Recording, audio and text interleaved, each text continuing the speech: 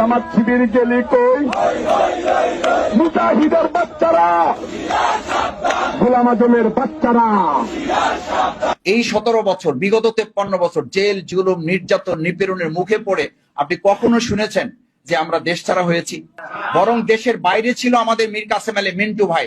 মৃত্যু নিশ্চিত জেনেও তাকে জানানো হয়েছে যে আপনি আসলে গ্রেপ্তার করা হবে, ফাঁসিতে ঝোলানো হবে। এটা জানার পরও তিনি দেশে এসেছেন এবং বলেছেন এই দেশ আমার, যদি প্রয়োজন হয় আল্লাহর জন্য, আল্লাহর দ্বীনের জন্য, এই দেশের জন্য আমি জীবন বাজিয়ে রাখবো, এই দেশই আমার মৃত্যু হবে, এই দেশ থেকে আমাকে কেউ বিতাড়িত করতে পারবেন। আপনি সেই দেশের, সেই দলের জনগণকে, সেই দেশের কর্মীদেরকে আপনি দেশ ছাড়ার ভয় দেখে কোনো লাভ আছে?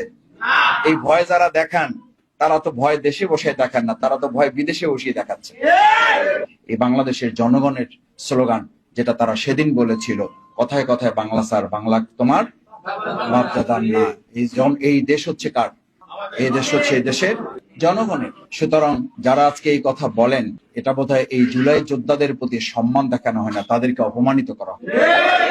এই জুলাই যোদ্ধাদের সাথে বেইমানি করা হয়, বিশ্বাসঘাতকতা করা হয়, তাদের সাথে রীতিমতো তাদের প্রতি অপমান এবং লাঞ্ছনা করা হয়। আমরা এই কথা এই কারণে বলি যে শুধুমাত্র আজকে রাজনৈতিক বিভেদ করার জন্য যদি কেউ কথা বলেন, যদি আজকে রাজনৈতিক স্লোগান দিয়ে বিভেদ তৈরি করে দেন, তাহলে এই জনগণই কিন্তু গতকাল, তার আগের রাতে